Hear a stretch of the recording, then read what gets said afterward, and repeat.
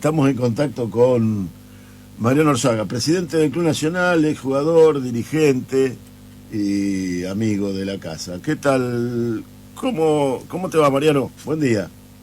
Hola, buen día, Daniel, Alejandro. ¿Cómo les va a ustedes? Muy bien, muy bien. Y acá, bueno, Matías, es decir, ha pasado el Mundial de Rugby, ha terminado en esta madrugada. Nos gustaría parte de tu análisis y después le vamos a pasar la posta a Matías Hernández, que es nuestro especialista en deporte, que más allá de la simpatía que yo puedo tener por un deporte en particular, él es el que lo sigue y el profesional del caso. ¿Cómo viste el Mundial en general? Bueno, yo en realidad lo veo lo esperamos como supongo que los hinchas de fútbol esperan al de fútbol, ¿no? 4 años para ver el despliegue de todo lo último que han preparado las potencias fundamentalmente para lo que viene en los próximos años, que es aquí donde muestran toda su artillería. No, lamentablemente todavía no es el caso de los Pumas, y si querés ya me meto un poquito ahí al punto porque el análisis que me animo a hacerte, y no te asustes, no sé cuántos minutos tenemos, pero a mí me gustaría dividírtelo en 3, que yo esto lo puedo analizar como hincha, como entrenador o como dirigente. Como hincha te voy a ser muy breve, es decir, me quedé muy caliente con el partido que perdimos con Francia. Correcto. Muy caliente porque es un partido que lo perdimos 21-23, con muchas imprecisiones de los Pumas, muy desajustados, un montón de situaciones que, bueno, en un mundial pifiás y te la factura. Y el primer tiempo lo regalaron, ¿no es cierto? Sí, tal cual. Pero bueno, se podría haber ganado, pero eso no quiere decir mucho, por eso te digo que ese análisis es más que nada como hincha, y como hincha también te digo que me puso muy contento el triunfo de Sudáfrica por sobre Inglaterra, porque lo veo sobre todo como un cachetazo de la humildad del sur a la soberbia del norte, nada más que por eso, Es decir, son dos potencias en el rugby con una parafernalia de estructura y de cantidad de jugadores y de políticas públicas y de Estado que apuntan a que la mayor cantidad de pibes y pibas practiquen deporte en sus países. Así que ellos dos hayan llegado a la final me pone contento, pero mucho más contento que encima lo haya ganado a Sudáfrica. Te cuento una cortita, recién le hacen una al capitán sudafricano, que es el que por primera vez un jugador negro levanta la Copa del Mundo, y le preguntan a este chico que se llama Silla Colisi si cuando era niño alguna vez había pensado en sus sueños más salvajes acerca de un día como hoy, y Colisi contestó: no, cuando yo era niño todo lo que pensaba era en mi próxima comida. Es decir, esa es la respuesta del capitán de los Springboks hoy a Inglaterra, ¿no? Así que está bien. Teníamos un negro peronista del otro lado del Atlántico. Totalmente. Totalmente. Que bueno, y después si te paso, si me tengo que pasar un poquito al rol como entrenador, lo que tengo para decir es que acá empiezan a aparecer datos un poco más duros que no tienen que ver ni con el fanatismo ni con el ser hincha, y tenés que ver que la base de jugadores argentinos de donde el entrenador tiene para elegir es muy chiquita comparada con las potencias. Nueva Zelanda, para que vos tengas una idea, juega el mismo Super Rugby que nosotros, pero ellos lo juegan con 5 equipos y nosotros con 1. Es decir, que Nueva Zelanda tiene 5 equipos de donde elegir, por ejemplo, a su número 10. Mientras que el entrenador argentino tiene un solo equipo de donde elegir al 10 de los Pumas. Es decir, los Pumas y los Jaguares hoy son prácticamente lo mismo. Entonces, eso te lleva a una serie de cosas que si querés te cuento. Vos andás diciéndome que porque está bien, a mí me encanta y me voy yendo para todos lados. Mariano, ¿qué tal? Matías Hernández te saluda. Hola Matías, ¿cómo te va? Mira, la pregunta que te quería hacer era, vos bien mencionaste el tema de la cultura del rugby en otros países como Sudáfrica que tiene y Nueva Zelanda, que tienen 5 equipos para elegir. ¿Cómo ves el rugby en Argentina, teniendo en cuenta que no es un deporte por ahí tan masivo, que tampoco se le da mucha pelota en los medios? Eso también hay que decirlo, ¿no? Vos ves los canales de deportes, son todo fútbol, alguno que otro de básquet, creo que ESPN es el único que tiene algún programa interesante de rugby que te lo analiza con Cosia, y creo que no hay mucho más. Pero creo que desde 2007 ha crecido mucho, bueno, la inclusión de los Jaguares ahora en el Super Rugby, creo que más que nada desde el punto de vista de los planteles de los Pumas, se ha masificado un poco más el rugby en Argentina, pero todavía no le da como para hacer potencia, ¿no? ¿Cómo ves eso? Bueno, me encanta la pregunta, porque aparte me gustaría arrancar diciéndote una frase un poco conocida para todos nosotros, que no fue magia. El no fue magia tiene que ver con que, como vos decís, la Unión Argentina ya en el 99-2000 había arrancado por impulso propio a desarrollar un sistema de detección de talentos a lo largo y a lo ancho del país, que le costaba muchísimo esfuerzo, pero lo iba desarrollando de a poquito y lo íbamos logrando junto a la Unión Argentina con los clubes de todo el país. Gracias a eso se logró obtener ese tercer puesto en el 2007, pero ahí ya fue donde aparecieron por fin esto que yo digo, no, que son políticas públicas, políticas de Estado. Y por fin en el 2009 se sancionó la ley que creó el ENAR. El ENAR es el ente de alto rendimiento deportivo que le exigió o le extrajo, como se quiera decir, el 1% de la recaudación de los impuestos de la telefonía celular que estén disponibles para el deporte argentino, y fundamentalmente para el deporte de alto rendimiento y olímpico. Eso generó un crecimiento en el presupuesto del deporte argentino del 300% en casi 2 años nada más. Y el rugby no fue ajeno a todo eso.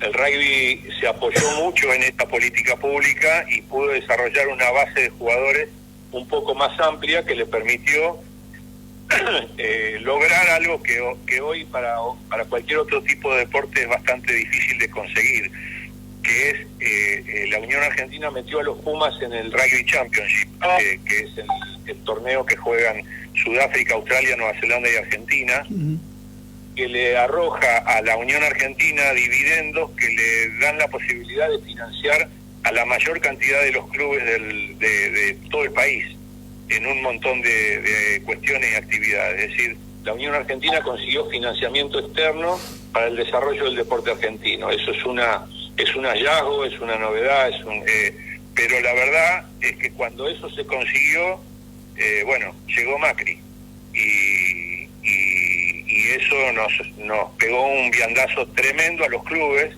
que éramos la otra pata de este asunto. Entonces, la Unión Argentina sigue colaborando con los clubes, pero no da abasto, porque a los clubes nos han desacomodado de una manera increíble con lo que ya todos sabemos que son las tarifas, la posibilidad o la imposibilidad de los chicos y de las chicas de poder seguir pagándose la cuota del club, o el viaje, o la indumentaria, o todo lo que ya sabemos. ¿Te la hice muy larga? No, fue redonda y clarita. Es decir, de alguna manera, más allá de lo deportivo, es un problema de política pública lo que lleva a tener éxito o fracaso en el deporte internacional. Sobre todo te tiro un par de datos duros, así a Matías le redondeo bien la respuesta, que es que Argentina antes de 2005, 2004 no podía pasar de 50 a 55 mil jugadores, y a partir del tercer puesto de Francia, más estas políticas públicas, hoy Argentina cuenta con una base de 105.000 jugadores, pero les tiro el dato. Inglaterra tiene 380.000 y Sudáfrica tiene 405.000 jugadores de rugby. Es decir, que son datos que hay que tenerlos en cuenta. Son muy importantes. Inglaterra, así como Argentina tiene un presupuesto de 40 millones de dólares para todo el año, para todo el rugby argentino, Inglaterra tiene un presupuesto de 370 millones de dólares. Es decir, es impensado, ni todo el deporte argentino tiene lo que solamente la Unión Argentina de Rugby tiene para el rugby. Lo que se ha hecho con el deporte argentino en los últimos años es criminal, es canalla, es decir, haber convertido a la Secretaría de Deporte, haberla convertido en una agencia no es solamente un cambio de nombre. El gobierno de Cristina le había dejado al presupuesto para el año 2016 unos aproximadamente 65 millones de dólares, que se sostuvo hasta 2017, y cuando convirtieron a la Secretaría en agencia lo bajaron a 27 y este año a 24, para todo el deporte nacional estoy hablando. O sea que claro, la búsqueda del negocio de contratar los mejores, no me importa dónde se entrenaron, dónde se prepararon, y hacer el deporte show que venda entrada. El problema de eso es que queda, en un país periférico es un problema. Y más perverso todavía, porque en la letra chica de la conversión de la Secretaría de Deportes a la agencia, se ocuparon de poner una cláusula que dice que, porque encima le retiraron ese apoyo del 1% de la telefonía celular al deporte argentino, se lo quitaron, con el argumento de decir que le daban la posibilidad al deporte argentino de alquilar su infraestructura o de venderla para poder financiarse. Y atrás de eso se esconde lo que ya todos sabemos, que era un gran negocio inmobiliario que tenía como base fundamental el triángulo ese que formaban el Tiro Federal, el estadio de River y el Senar. El Tiro se vendió, el estadio de River estaba en eso, y ahora ojalá se frene todo ese asunto, porque escondía cosas bastante oscuras. Alejandro, te saluda, buen día. Una Hola, sola Alejandro. pregunta. Estamos recorriendo el camino hacia un cambio de gobierno, de paradigma, de cultura, de todo un poco, ¿no? Y con necesidades para Alberto Fernández en Nación, Kicillof en la provincia, que apuntan primero a resolver el problema de alimentación de millones de argentinos. Probablemente con el tiempo el deporte, el ENAR, el CENAR y demás vuelvan a ganar estos lugares. ¿Vos creés que es así o creés que va a quedar en segundo o tercer plano, teniendo en cuenta las urgencias que tiene el país hoy por hoy? Mirá, está buenísimo lo que decís, porque si bien el deporte no está en la agenda, la verdad es que el deporte no está en la agenda de la política.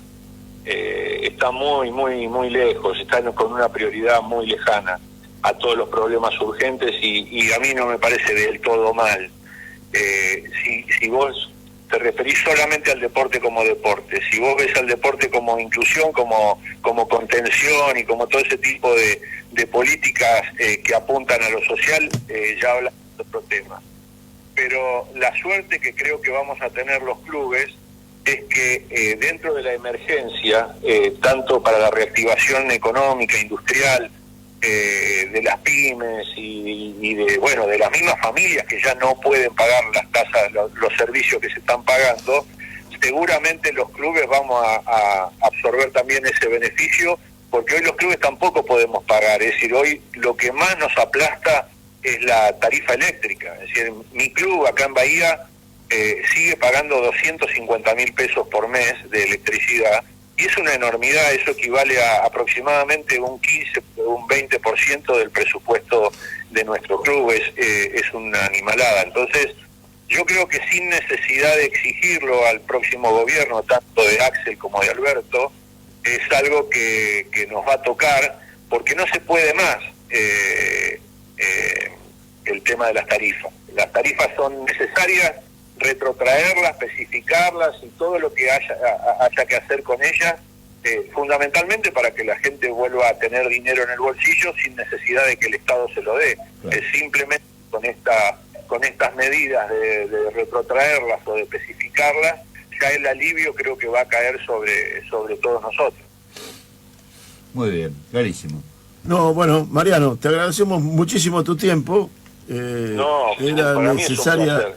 necesaria esta charla, y veremos si la podemos ir profundizando a lo largo del tiempo. Ustedes disculpen que yo me filtré por la ranura del rugby como suelo hacer para hablar de algunas otras cosas. No, me parece interesante, creo que tenemos que hablar un poco más del deporte acá en Bahía también. Recién nombraste la palabra inclusión.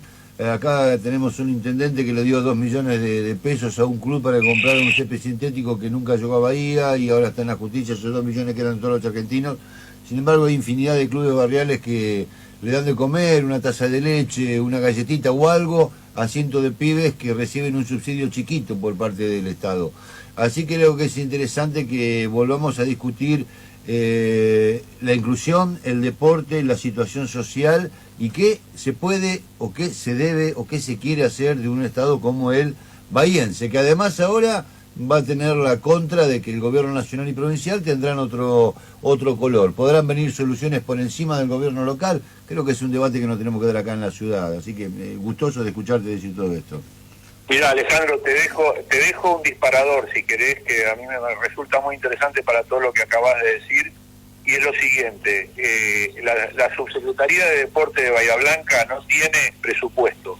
Es decir, a partir de ahí no podés hablar de nada, claro. de nada. Es decir, si vos hablas con Bernardo Tortoni, es muy difícil que Bernardo te pueda decir este es el número y este es el proyecto, porque no lo hay, es discrecional. Van atendiendo las cuestiones a medida que se las van solicitando y esa ayuda o colaboración, que en algunos casos, y nobleza obliga, hay que decirlo, que yo, por ejemplo, nosotros le hemos pedido algún pasaje para las chicas de Roller Dream que tuvieron que viajar al Mundial y hemos conseguido 2 pasajes, pero de esa manera, ¿no? El reclamo nuestro, de los dirigentes y de ustedes, los medios que nos ayudan en esto, tendría que ser el de que de una vez por todas aparezca un presupuesto, que nosotros sepamos cuál es el número, cuál es el presupuesto, entonces en función de eso sabemos lo que nos puede tocar o lo que no nos puede tocar y poder convertir toda esta política en algo mucho más previsible. Y bueno, acordémonos, ¿cuándo fue? ¿El 2017 esto de las medallas truchas que entraron acá la gente de natación, que era una medalla que no correspondía a eso y demás? Es decir, que va en lo que decís vos, improvisación, no presupuesto, pero además improvisación, poca empatía con los que se matan para tratar de tener alguna victoria o algún reconocimiento en distintos tipos de competencias deportivas.